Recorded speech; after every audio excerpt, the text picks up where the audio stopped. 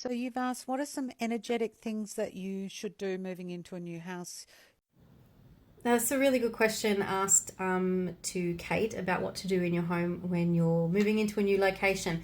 Now, we don't always know what has happened in a house, so we really need to clear out the energy. And especially if we don't know the house type, we don't know what the effects that could be about living in the house, whether it's going to be a problem for money or a problem for yourself. So I like to do a space clearing when I first move into a house.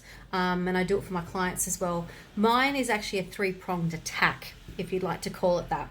So we start off with removing and shifting the energy, the stagnant energy that's already there. And the way that I do that is by walking around. We open up all doors, all windows, cupboard doors, everything. And we walk around and we make a lot of noise. And I typically use just a pot and a wooden spoon to get right into the corners to shift out that energy. So literally pot. We want to open up all the cupboard doors and get in there, make a little noise, get the energy shifting out. You want to go up as high as you can, as low as you can, just to get the energy shifting.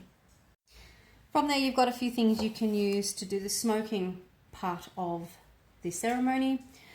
You can use Palo Santo. I'm not a huge fan of it. It doesn't really burn for me very well.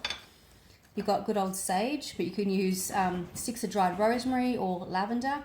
They're probably preferable. Sage is actually proper white sage is actually a restricted item. It's used by the Indian population with their ceremony, and it's quite sacred to them. So would go for a mix of other dried ingredients if possible.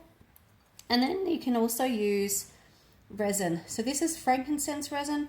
So you set alight a charcoal tablet, put the resin on top, and it sits in a little thing like this, and you just walk around with the smoke.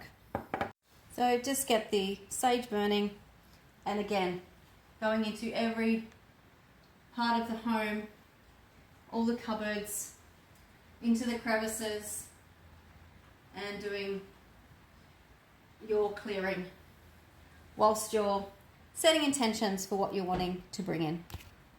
And then you want to bring the good energy into the home. And the way I do that is by using a set of tincture. We want to bring some, sparkly bells in, some nice sound to attract the good energy. So again, closing, like doing the clearing and then closing all your windows and doors. You just go through. And then once that's done, leave the house for 15 minutes. Take all pets and everything outside and just let the house settle. Once the house is settled, you will feel the difference when you walk back in. And the other thing you can do is, before you start the process, is write your house a letter. And you can get the entire family involved in that. Write the house a letter of what your intentions are for living there, thanking it for providing you shelter, and that you want success, abundance, prosperity while you're living in the home.